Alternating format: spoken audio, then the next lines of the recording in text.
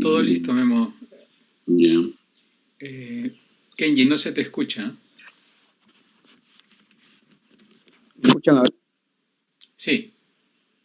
Le preguntaba al doctor Terán si le gustaría probar antes su presentación, mientras completa la hora. No, sí, no te preocupes. Ya. Esta reunión está siendo grabada.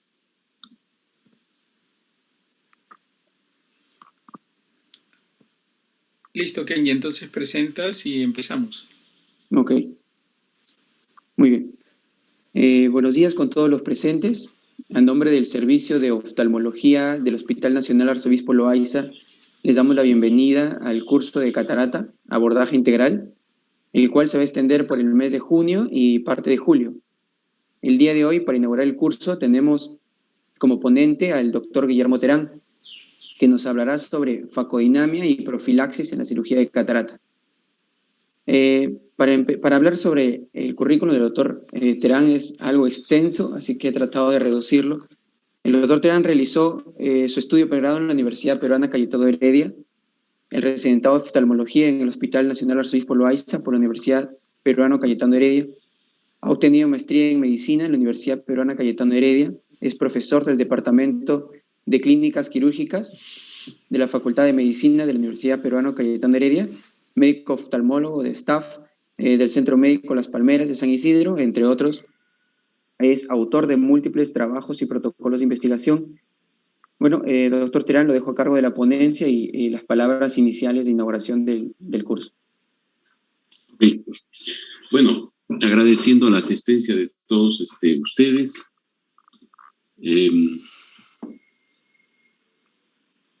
No sé si estoy, a ver, compartir pantalla. Perfecto, acá estamos.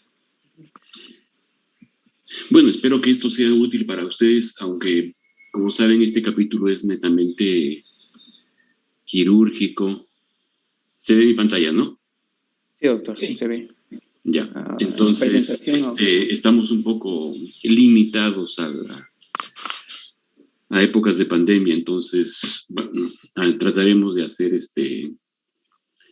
esta parte práctica que ojalá pues se solucione esto con la vacuna y podamos reiniciar nuestras clases prácticas para poder complementar esta parte teórica. Bien, vamos a ver la parte que son de fundamentos, máquinas y fluidos.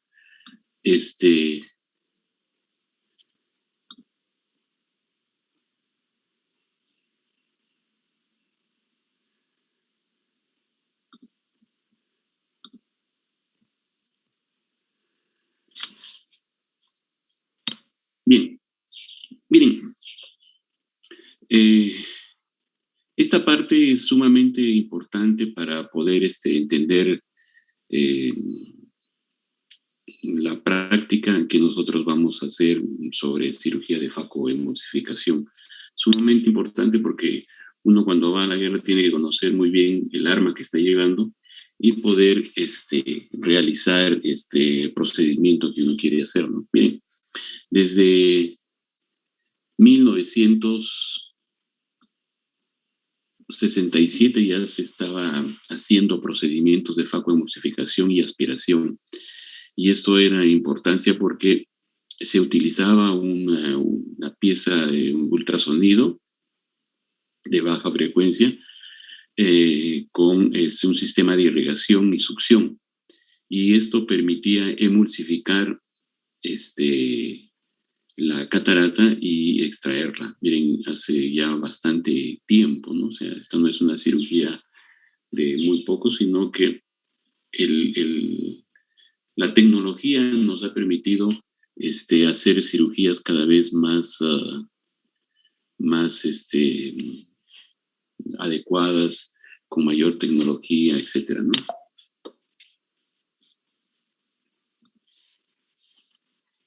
El sistema de FACO, recuerden que existe un sistema de irrigación y que esta línea de irrigación tiene una válvula, obviamente, y que va a permitir por un puerto lateral de esta pieza de mano mantener una cámara anterior y evitar que este sistema se sobrecaliente. Y el otro sistema es el de ultrasonido, que consiste en un movimiento antero-posterior de esto, de una pieza de ultrasonido, conectado a una bomba de diferentes tipos que tenemos en el mercado, ¿de acuerdo? Que va a permitir que esta irrigación haga circular los restos y lo pongan en la punta de esta faco emulsificador y emulsificar esa estructura de catarata y pueda ser en la parte interna aspirado. Bien, estos dos sistemas, el circuito de fluidos que le estaba diciendo, que corresponde a una botella, la bomba, los tubos y las piezas de irrigación, aspiración, que se hace para principalmente después de la facoemulsificación, aspirar los restos corticales. Existe esto, obviamente, que permite un enfriamiento, el mantener la cámara anterior que les había dicho, evita esa fuerza repulsiva del faco para que el resto de catarata o cristaliniano se pegue a la punta y la remoción de esta. El ultrasonido está comprendido por una pieza eléctrica que es magnetoestrictivo, que la frecuencia en que se utiliza ahora es muchísimo mayor, pero cuando se empezó en estos equipos tenían esa velocidad de 80 que permite la emulsificación. Recuerden que ahora tenemos equipos que no solamente la emulsificación no es solamente de adelante hacia atrás, sino en forma rotacional. Esto permite que se haga un cepillado de las estructuras de catarata en estos pacientes. El sistema de facoemulsificación, ustedes lo van a ver, este sistema de adelante hacia atrás, que existe un sistema de irrigación, ¿no?, que va por la parte lateral y un sistema de aspiración en esta misma pieza de mano. Existen diferentes ángulos de esta punta de emulsificación, ¿no?, de facoemulsificación. Esta punta de facoemulsificación que es agregada a esta pieza de mano puede tener 0 grados, 15, 35 y 45 grados. La forma como se afronta, ¿de acuerdo?, esta punta, ¿no? Recuerden, o sea, es el ángulo que ustedes están viendo en esta pieza de mano. La gran mayoría de equipos que nosotros tenemos, la punta viene con esto de 45 y muy pocas con 30 grados. Ya casi no utilizamos 15 o 10 grados, sino 30 o 45. Mientras más punta tenga, obviamente van a haber algunos beneficios, que es lo que vamos a ver. Estos tipos de punta, como ustedes ven, puede estar angulado, ¿de acuerdo? Y esto nos permite, cuando hace la forma rotacional, tenga un movimiento, ¿de acuerdo?, de cepillado en la catarata.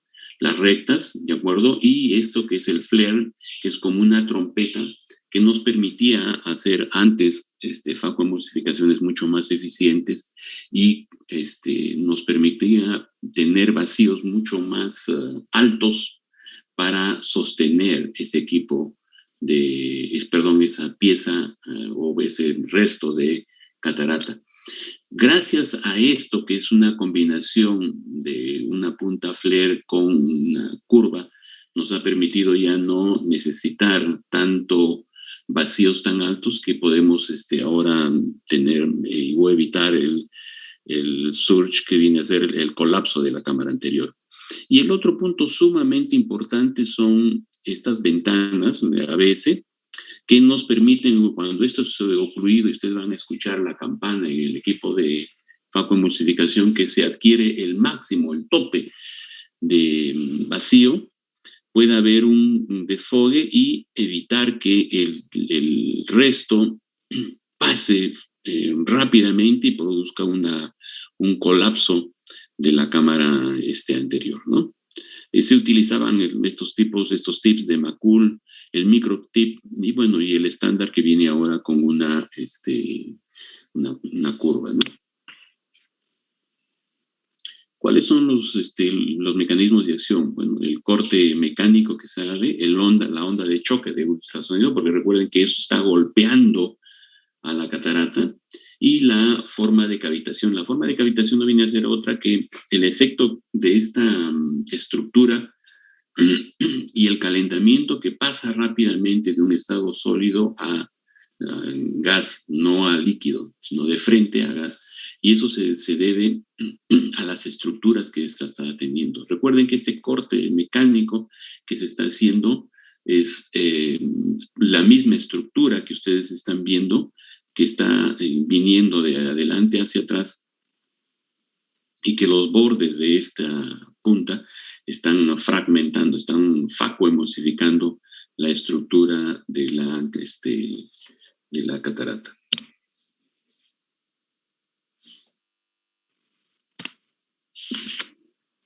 ¿Qué es este fenómeno de cavitación? Bueno, depende obviamente el ángulo de la punta, que lo dijimos. Mientras más angulado tenga, menos efecto de repulsión va a tener. El grosor, obviamente, de la pared de esta, o sea, si esta estructura metálica que ustedes lo ven va a ser más gruesa, obviamente va a haber más cavitación. La forma de la punta, obviamente si es esta curva o no. La frecuencia de ultrasonido, o sea, es cuántas veces esta punta, a la velocidad que esta punta está viniendo de adelante hacia atrás. Y la potencia, recuerden que es sumamente importante, es cuánto esto se viene hacia adelante, ¿no? Es cuánto de mi brazo se va, ¿no? Si es hasta la mitad, un 50%, o todo el brazo es un 100%, ¿de acuerdo? O sea, a eso se refiere la potencia del brazo, o sea, cuánto largo o extensión tiene la punta del faco. Mientras esto, obviamente, estos factores existen, obviamente disminuye el riesgo de ruptura capsular, ¿no? Existen varias bombas de aspiración en la mecánica de fluidos. Uno es la bomba peristáltica, la otra es la de Venturi, y la bomba diafragmática, que yo en lo particular no he utilizado. Vamos a ver en qué está referido esto, ¿no? Miren, esto es una bomba peristáltica, un sistema de irrigación que drena hacia la cámara anterior, en el globo del ojo, y que por ese sistema de aspiración que crea una presión negativa se va a dirigir. ¿Qué es lo que está haciendo esta? Esta bomba peristáltica no viene a ser otra cosa que el ordeñamiento que se está produciendo en esta manguera. ¿De acuerdo? Estos puntos que van corriendo van creando un efecto de una presión negativa en estos, que va ordeñando, en otras palabras, y que va a permitir el flujo de este líquido, en este caso del suero, y obviamente de lo que contiene, en este caso los fragmentos de catarata, por la parte central de la punta de facoemulsificación. Este flujo, obviamente, recuerden siempre, por las partes laterales de esta manguera, y que va a permitir que estos restos se aproximen y puedan ser emulsificados, ¿no? Ese es el flujo, la mecánica que básicamente se tiene en este equipo de emulsificación. Miren, y este es un dato sumamente importante. Cuando ustedes ocluye esta punta, inmediatamente se va a alcanzar el máximo de vacío, de presión negativa. ¿De acuerdo? O sea, la oclusión inmediata de la punta me va a producir el máximo de vacío, que va a ser seteado en la máquina a donde ustedes quieran tenerlo. 100%, 200, 300, 400 de vacío. ¿De acuerdo? La rapidez que ustedes tienen me va a dar, obviamente, la eficiencia que van a tener estos equipos. Veamos, ¿Qué es lo que permite? Este colapso que muchas veces sale y se produce micro burbujas en esta manguera, me va a permitir que si inmediatamente me llegue ese máximo de vacío, se fragmente y pueda pasar, ¿de acuerdo? Esto me va a definir obviamente también la eficiencia que me va a tener el equipo. Les vuelvo a repetir, se alcanza el máximo cuando hay la oclusión máxima. Uno hace la facoemulsificación y inmediatamente pasan estos fragmentos y el vacío va hacia cero, ¿de acuerdo? O sea, siempre esos vacíos que ustedes van a setear se van a tener cuando se ocluya y que van a estar constantemente teniendo eso para que mantengan ese vacío y esa eficiencia de ese tipo.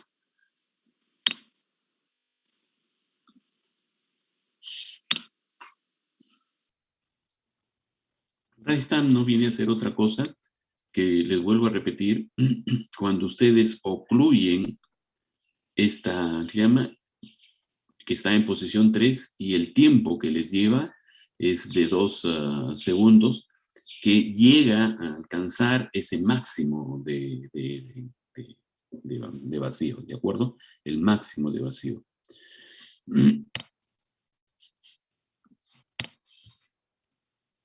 El otro bomba que nosotros tenemos es la bomba peristáltica. En esto, el flujo es independiente del vacío y tiene una rata de flujo de 15 a 60 centímetros cúbicos por minuto, y el vacío, que es una presión negativa que se produce en los tubos de aspiración, que va desde 0 hasta 50. Obviamente, esto nos produce una menor eficiencia, pero obviamente una más eficacia. Recuerden, esta menor eficacia, me va a producir mayor seguridad. Mientras yo tenga el movimiento más rápido, es menos seguridad. Mientras el movimiento que uno está haciendo dentro de la cámara anterior, obviamente va a haber mayor seguridad en esto. Esto es la bomba de Venturi. Miren, la bomba de Venturi no viene a ser otra cosa que cuando pasa este gas, y si esto lo conecto a una línea de aspiración, me va a producir este vacío en esta parte, en la zona D. Este gas comprimido que va a pasar me produce una presión negativa en esta conexión que hago en esta cámara, y que como consecuencia va a permitir que el flujo de esta línea caiga en este recipiente, ¿de acuerdo? Presión negativo en D, que me va a producir este gas que va a pasar por esta tubería, va a ser una presión negativa en C, una presión negativa en D, y como consecuencia una línea de aspiración, ¿de acuerdo? Esta es la bomba de Venturi. El rise time en esta bomba de Venturi, recuerden que se produce el tiempo en 1 segundo, ¿de acuerdo? Es mucho más rápido desde que se colapsa en la punta de Faco, demora la mitad del tiempo en una bomba de peristáltica. Si nosotros comparamos esta bomba peristáltica versus la Venturi, recordemos que el flujo y el vacío son independientes en la peristáltica. Recuerden, hay un sistema de fluidos y un sistema de vacío. A diferencia que en la bomba de Venturi está todo inseparable, ¿no? Es un flujo y el vacío son inseparables. El vacío se produce, obviamente, por una oclusión de la punta. El vacío sin la oclusión, porque ustedes van a tener inmediatamente ese máximo de presión negativa, esa bomba de aspiración, que van a tener ese vacío máximo que ustedes van a tener. hay un control de la rata del flujo y hay una programación del rise time que ustedes tienen porque lo pueden programar, y obviamente la bomba de Venturi es una respuesta muy rápida, es un equipo mucho más eficiente, pero que conlleva a mucho más riesgo, a diferencia de la bomba peristáltica, que ustedes van a ver un flujo y un movimiento, el rise time es mucho mayor, entonces el movimiento, todo el efecto de vapoemulsificación va a ser mucho más lento y como consecuencia mucho más seguro. Y lo otro, como información, es la bomba diafragmática. La bomba diafragmática es un sistema donde hay un movimiento en esto que es el diafragma en esta cavidad. ¿Qué es lo que va a hacer? Que existe un sistema de apertura en sed y como al crear al subir esto va a crear una presión negativa, va a permitir que se produzca esta línea de aspiración, y que si uno sigue al bajar hacia una presión positiva, cierra este C y va a aperturar B y va a exhalar esta bomba peristáltica, ¿no? Entonces, es un sistema de movimiento que este diafragma permite presiones positivas y negativas en este sector, como consecuencia de una línea de aspiración y de exhalación. No tengo ningún equipo que yo haya utilizado y no les puedo hablar de este sistema, ¿no? El otro acápite es la presión y la profundidad de la cámara anterior.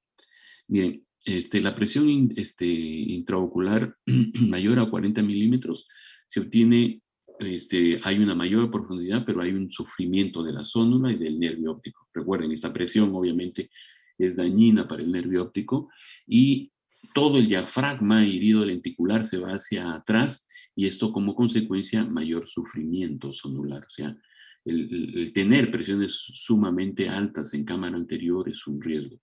Y lo otro, presiones también muy bajas, menos de 15 milímetros, va a producir un colapso de la cámara anterior, un riesgo del colapso de la cámara anterior. Mientras que si nosotros mantenemos unas presiones entre 25 a 30 milímetros de mercurio, que eso en este sistema que nos permite a nivel del ojo de una altura de la botella entre 65 a 70 centímetros al nivel del ojo. Se mantiene estas presiones, que son las presiones ideales que uno puede tener. Recuerden que los 15 centímetros de altura de esa botella nos dan aproximadamente 10 milímetros de presión intraocular, ¿de acuerdo?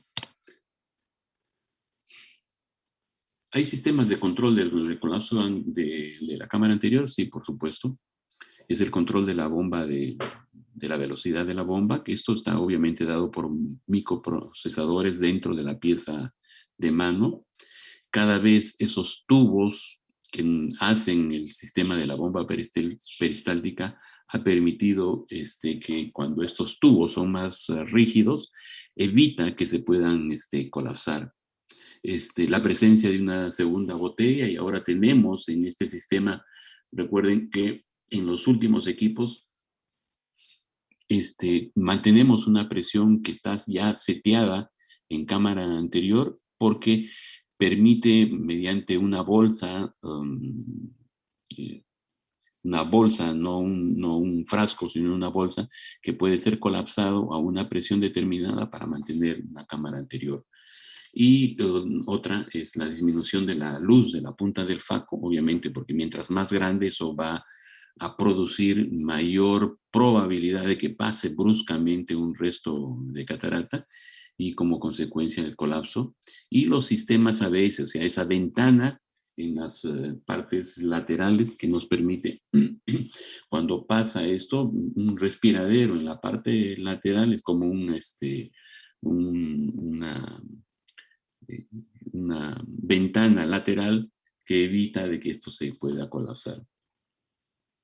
Recuerden esto, vacíos bajos y mantener botellas altas, que es una premisa que se debe tener para evitar el colapso, ¿no? Mantener vacíos bajos, no tan altos, y las botellas altas para mantener una presión adecuada en cámara anterior. El ventín que yo le estaba hablando, miren, se colapsa esto, se ocluye, inmediatamente sube el máximo de vacío, pero con esta ventana se va a evitar que se mantenga este vacío, que puede ser peligroso, que cuando se vacuoemulsifica produzca una turbulencia y un colapso en esta pieza de mano, en estas mangueras, perdón, y me produzca el suelo. Entonces, esta ventana me va a evitar que yo pueda, la apertura de esta ventana me va a hacer que baje rápidamente este ventín, me va a permitir el colapso de cámara anterior. En cuanto a las piezas de mano, que son los otros elementos que nosotros utilizamos de irrigación, aspiración, son estas piezas que después de hacer la vacuoemulsificación están colocadas y ustedes pueden ver las diferentes, las de silicona o los otros tips, y que pueden ser los sistemas, como ya les vuelvo a repetir, de irrigación por los dos puertos laterales, y la aspiración por la parte casi en la punta lateral, y que el ángulo va a estar relacionado a cuánto de esto está doblado, ¿no? 45 grados, 90 o 180 grados, que nos permite aspirar los restos a horas 12. Nosotros tenemos este sistema de 90 grados, que es más que suficiente para poder, con un sistema de rotación, aspirar a horas 12. Muchas veces ya hemos eliminado este tip de 180 porque muchas veces nos va a ser difícil entrar a cámara anterior, porque las incisiones cada vez son más pequeñas, de 2.2, entonces estos sistemas son un poco difíciles, mientras que esto es de 90 grados y con una pequeña flexión podemos entrar sin ningún problema por esas pequeñas incisiones. El otro sistema del pedal es importante. Recuerdan que esto es lineal, ¿de acuerdo? Cuando están en posición 1 es sistema de irrigación, el sistema 2 es de irrigación más aspiración, y al fondo es 3, es de sistema de irrigación, aspiración y ultrasonido. Y ustedes van a escuchar no solamente la sensibilidad, obviamente, del pie en el pedal, sino también el ruido que está haciendo la máquina. O sea, recuerden que eso es sumamente importante, porque cuando ustedes están haciendo vacuoemulsificación, están con sus 5 sentidos en esta cirugía, y dentro de ellos es el ruido que está haciendo cada posición en el pedal. Yo voy a tener un ruido diferente en el equipo que me va a estar condicionando esto, ¿no? Cuando llegan ustedes a 3, ya ustedes van a ver el sonido que está haciendo la máquina, que va a ser diferente en cada posición.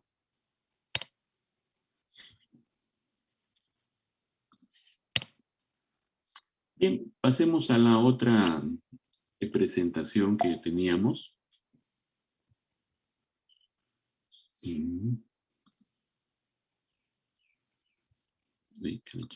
ver.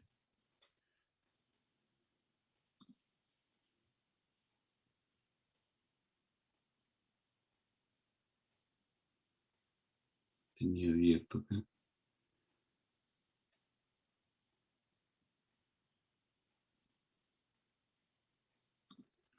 Había una de profilaxis que lo vamos a hacer un poquito más atrás para que podamos, se ve en pantalla, ¿no? Se ve la presentación anterior, doctor. Ahí vamos a ver entonces compartir. La de profilaxis no la estoy viendo.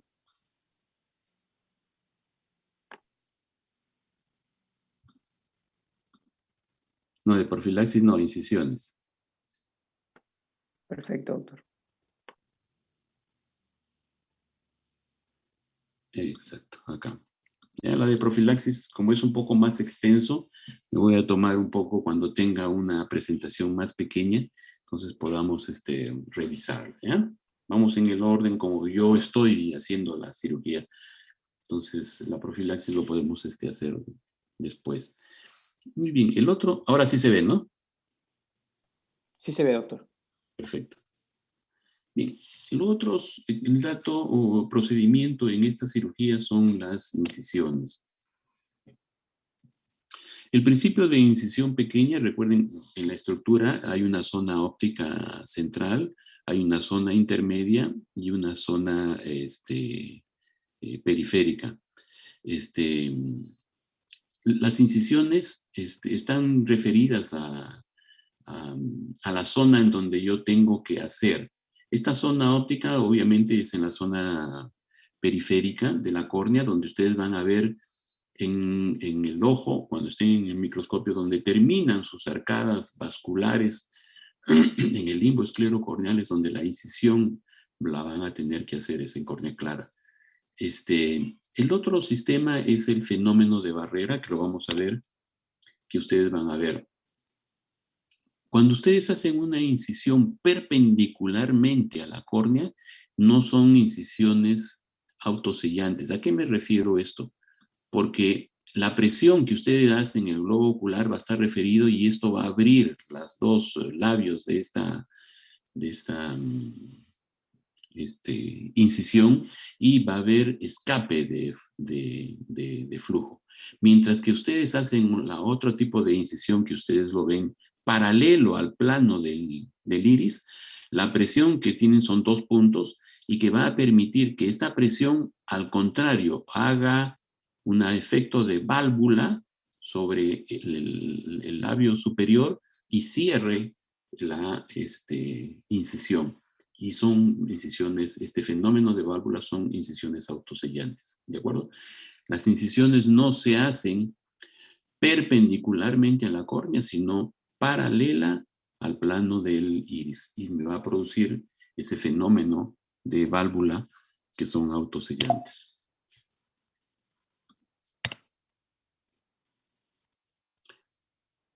El otro son la regla de la bisagra. Obviamente, si yo tengo incisiones que tengo mayor recorrido, o sea, es mayor el recorrido que yo tenga versus las incisiones con menor recorrido, obviamente voy a tener una diferencia de sellado en estas, ¿de acuerdo?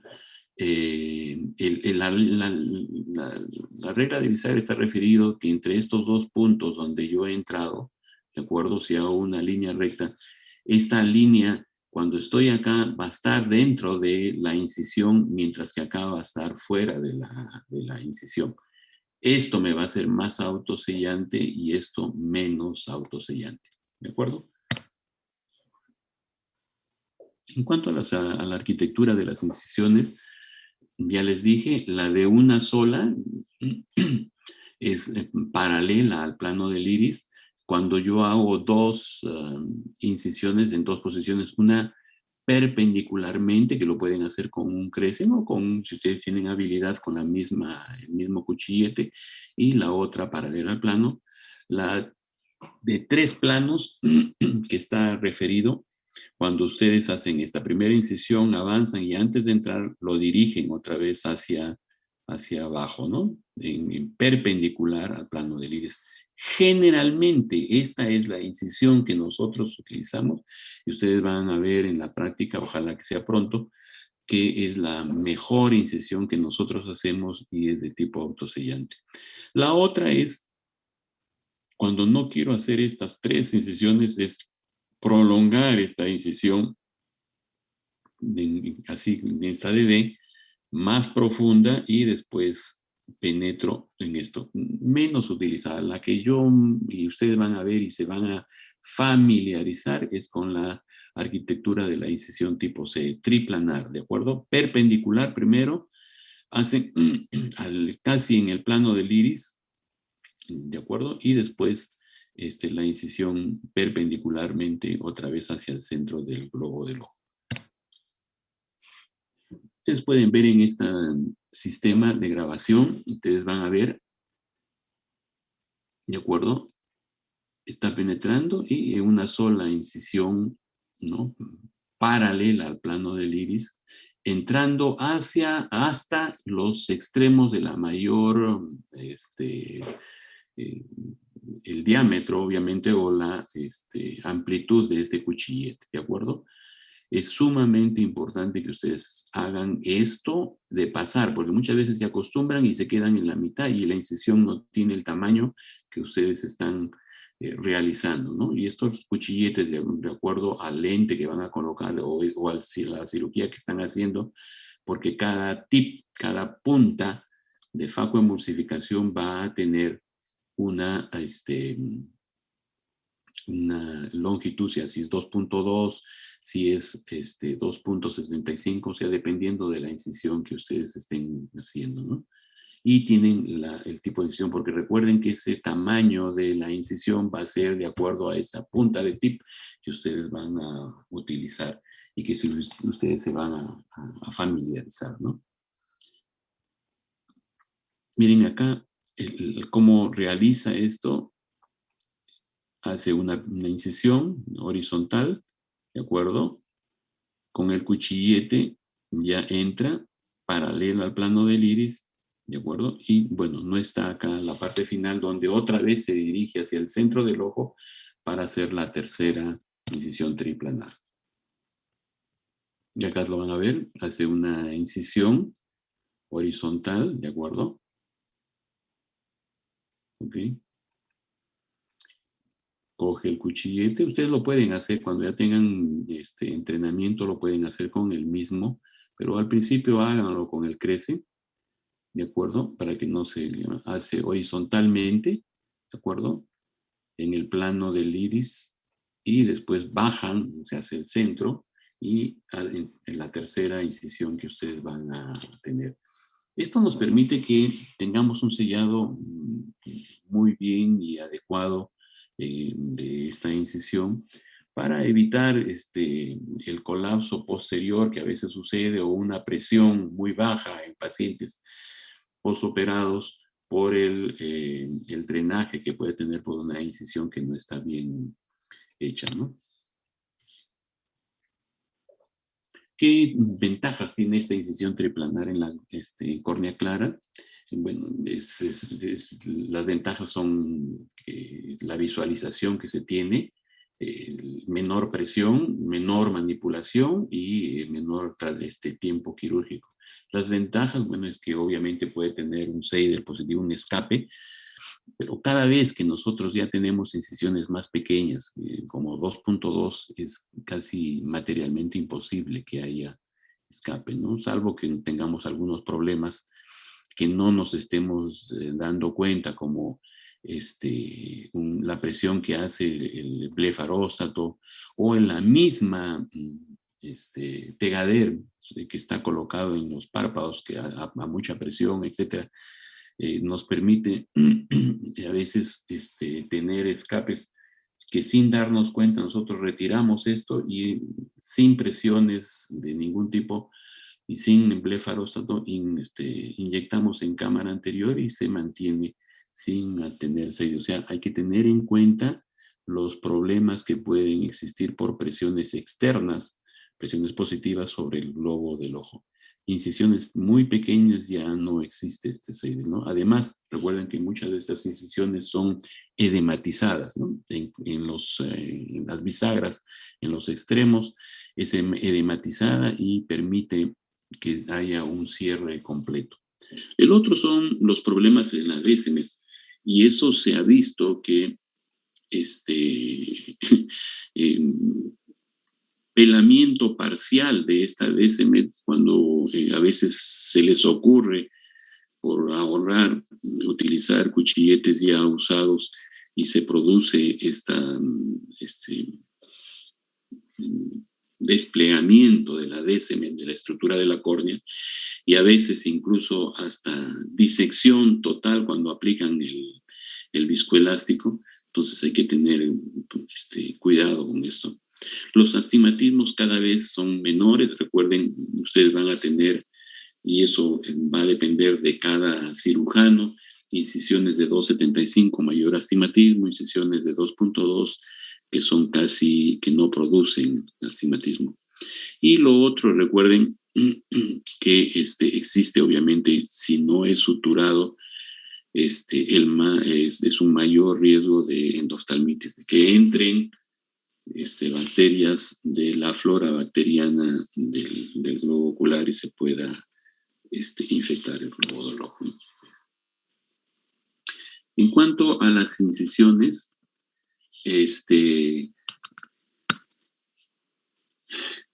y corneales, las ventajas obviamente que no se está produciendo cauterización, porque recuerden las incisiones esclerales, se tenía que hacer una cauterización para no tener sangre que esté evitando la visualización de las incisiones y de las estructuras y la manipulación, o ingreso de sangre a cámara anterior, que se formen coágulos, etcétera, que también molesten la cirugía. No se permite una disección de estructuras, por ejemplo, las estructuras esclerales o conjuntivales. Temporal, cuando se acostumbra a hacer la parte temporal, obviamente está más lejos del eje visual, no hay la obstrucción de los párpados, hay menos tendencia a la inundación porque el ángulo externo nos permite la caída del líquido y no se llena de suero en el globo ocular, en la parte externa. Los autosellados son mejores, hay mejor efecto hipotensor y obviamente vamos a tener un mejor reflejo ocular. Recuerden que la córnea que nosotros vemos es una elipse, no es una circunferencia. Entonces, el diámetro horizontal es mucho mayor. Aquellos que se acostumbran a hacer incisiones temporales y colocarse en la zona temporal, son incisiones que ayudan, pero recuerden que nuestros astigmatismos en la gran mayoría son con la regla, entonces tenemos mayor curvatura en la parte superior y que nos permite trabajar entre 45 y 135 grados la gran mayoría de astigmatismos y que mediante estas incisiones poder bajar en 0,25, 0,50 astigmatismos para disminuir cuando nosotros estamos haciendo o utilizando lentes tóricos. Y bueno, todo también depende de la costumbre y de la adaptación que uno tenga en sus cirugías. Cuando nosotros hacemos las incisiones limbares, que son poco usadas en FACO, se hace generalmente en aquellos médicos que estaban en transición y facilita obviamente una conversión. Estas incisiones obviamente evitan que yo pueda hacer cuando son corneales, evitan de que yo haga una muesca en la córnea cuando yo tenga que convertir. Estas incisiones me aseguran, ¿no? Que yo pueda convertir rápidamente. Es una transición que ahora ya muchas veces no son utilizadas porque la gran mayoría de médicos en entrenamiento se entrena rápidamente en hacer la cirugía de facoemulsificación. Pero como ustedes se darán cuenta en el servicio ni con los residentes, todo residente de tercer año tiene que hacer una cirugía extracapsular adecuada, más todavía si tenemos cataratas muy maduras, es preferible hacer una facoemulsificación en médicos en entrenamiento, una extracapsular a hacer una facoemulsificación, es mucho mejor para evitar el daño endotelial, el tiempo quirúrgico, etcétera, por la manipulación, por el tiempo de emulsificación, etcétera, etcétera, hacer mejor una muy buena extracapsular, hacer una facoemulsificación.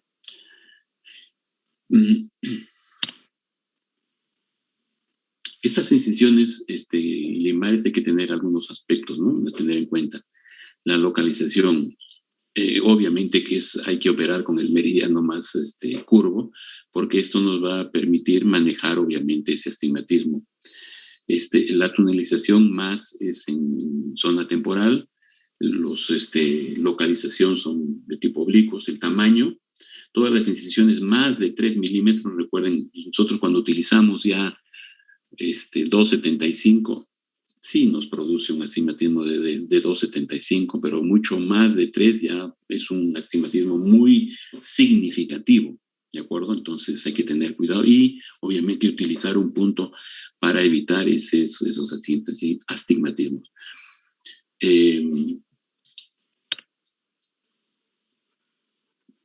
Bien, acá ustedes pueden ver cómo se hace estas incisiones esclerales. Hay una mayor superficie de curación, obviamente. Son más autosellantes. Hay que desplazarse posteriormente. Es suficiente a 1 o 2 milímetros de limbo y la técnica es una preincisión, que es la que ustedes están viendo acá. ¿De acuerdo? He disecado primero la conjuntiva. Estoy con un Crescent yendo a parte de esclera, limbo, y estoy llegando a la parte de la córnea, ¿no? Estoy en la zona de tunelización que estoy haciendo, ¿de acuerdo? La tunelización. Y la entrada de cámara anterior lo van a realizar con el cuchillete de 2.2 o 2.75, de acuerdo a lo que ustedes han planificado su cirugía. Recuerden, la preincisión está referido, obviamente, ya a la disección de la conjuntiva, su cauterización correspondiente, la incisión que corresponde a la tunelización, ¿de acuerdo? Generalmente esto se hace a veces de 5, ¿de acuerdo? Y pueden fácilmente, cuando ustedes tienen que convertir, hacer la técnica que ustedes pueden hacer si han tenido algún problema en la facemulsificación.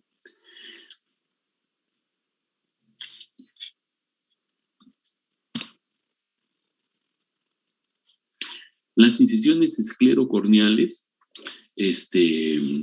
son aquellas incisiones hechas ya en el limbo corneal o en córnea clara. Hay 3 tipos de incisiones, la Fine, la Williamson y la Langer.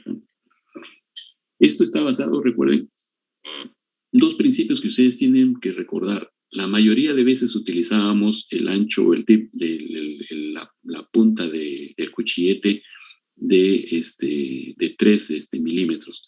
Recuerden que ahora utilizamos 2.75, ya no 3, sino 2.75 y el de 2.2.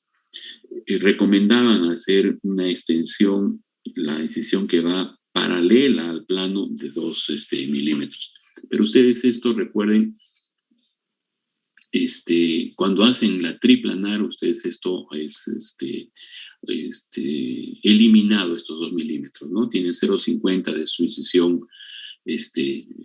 perpendicular a la córnea, 1 o 1.5 que va hasta el plano, todo el espesor de la córnea, y la incisión, la tercera incisión, que es más pequeña cuando ustedes entran en cámara anterior. Ustedes pueden ver en estas incisiones esclerocorneales la que teníamos en D, si no mal me acuerdo, que hace una incisión perpendicular, ¿de acuerdo? Perpendicular a la córnea, y la otra en la incisión paralela al plano, ¿de acuerdo? El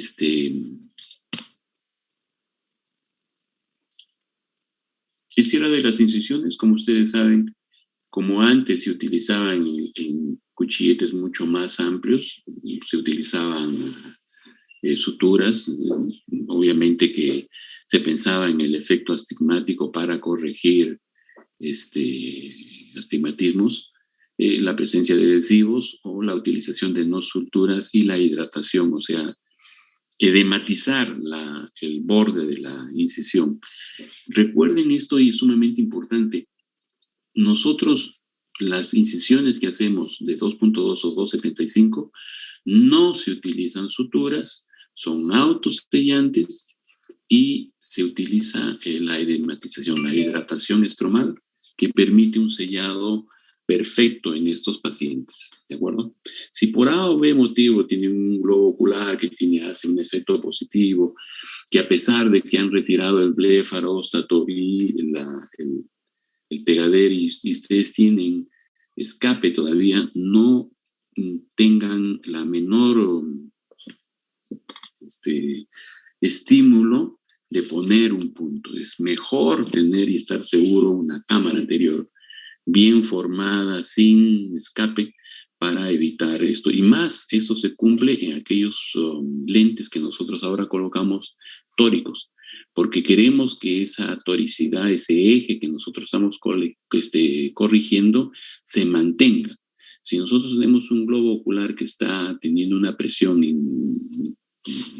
fluctuante por el escape y no hay un cierre adecuado, puede girar este lente y tener una mala corrección de estos astigmatismos. Bien, en cuanto a los astigmatismos y la facoemulsificación, hay incisiones astigmáticamente útiles, las incisiones astigmáticas neutras y las incisiones corneales relajantes. Creo que esto va a haber un tema donde el doctor Alfredo Terán les va a hablar, que nosotros hacemos muchas veces aquellos astigmatismos más de 3 que no son corregidos por el lente tórico y podemos utilizar sin hacer refractiva, porque esa es otra de las posibilidades en astigmatismos más altos, corregir estos astigmatismos. Recuerden que ahora la cirugía de facoemulsificación es una cirugía refractiva, o sea, no solamente corrige la baja de visión por catarata, sino el defecto refractivo.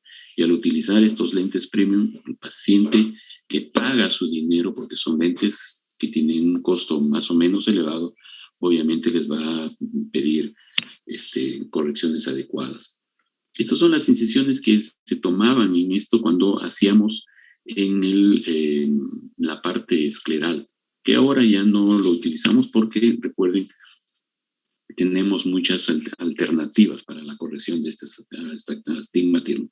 Pero recuerden, 3 milímetros, más o menos 0,25, ya más de 4 era 0,75 y mucho más de 4, ya por diversos factores el astigmatismo que esto les producía. Recuerden que la córnea es una elipsoide, la parte horizontal, o sea, de 3 a 9, es un diámetro mucho mayor a la vertical. Mientras más me acerco, o sea, mayor efecto astigmático voy a producir. Mientras más alejado tenga, o sea, mientras más temporal sea, menor efecto astigmático va a tener mis incisiones, ¿de acuerdo? Porque está más lejos del centro, del eje visual, obviamente. Bueno, el astigmatismo que nosotros tenemos no es una constante, ¿no? O sea, la incisión que yo hice me va a permitir que ese astigmatismo va a estar permanente en el tiempo. Recuerden que miren, las incisiones superiores, el primer día, si nosotros hemos hecho una incisión muy grande, me produce una incisión de 1,39. A la semana esto me va a ir bajando a 1,92. Miren cómo fluctúa un mes y a los 3 meses me queda en 0,75. Mientras que la diferencia cuando esto me produce, cuando yo hago a nivel temporal, el efecto de ese mismo tamaño de incisión me va a producir menos astigmatismo y menos fluctuación. En términos generales, en conclusión, aquellas incisiones superiores, o sea, entre 45 y 135, me estoy me va a producir mayor fluctuación en el tiempo. Y recuerden que muchos de estos pacientes son pacientes que les están solicitando una buena agudeza visual, ¿no? Bueno, ya esto es lo que les estaba refiriendo. Hay un dato muy importante. Las incisiones superiores hay menor coaptación de bordes. Recuerden que hay mayor acción sobre el eje vertical. El temporal, el parpadeo y la gravedad aumentan la coaptación, ¿de acuerdo? Ustedes tienen mayor facilidad en las incisiones superiores de que se pueda producir por el efecto del mismo párpado y de la presión, de que se pueda abrir esta incisión y pueda drenar, ¿no? A diferencia de las temporales que tienen menor probabilidad tanto por la distancia al eje visual, que me produce menos astigmatismo, y obviamente que se aperturen estos labios de estas incisiones. Bueno, recuerden esto y que nosotros hacíamos antes y que corregíamos con queratotomía astigmática. Se hacen 2 incisiones en el eje, recuerden, en el eje de mayor curvatura del globo ocular, ¿de acuerdo? Y esto me producía que cuando teníamos astigmatismo más de 2 y hacíamos las incisiones. Esto con una tabla que ustedes puedan tener y de acuerdo a la queratometría van a ser la profundidad, de acuerdo al 90 o 95% de profundidad, dependiendo de lo que ustedes van a corregir ese astigmatismo. Esto lo puedo hacer en el mismo acto operatorio, lo puedo hacer después, pero ya es meter al paciente a sala de operaciones. Idealmente es hacerlo en el mismo acto operatorio al finalizar la cirugía. Y 2, recuerden que si hay mucho astigmatismo y que no me ha corregido con el lente tórico, astigmatismos a veces más altos de 3, recuerden que puedo meterlo a cirugía a este paciente. Bien, no sé si hubiese alguna pregunta. Muchas gracias por la presentación, doctor. Muy didáctica, como siempre.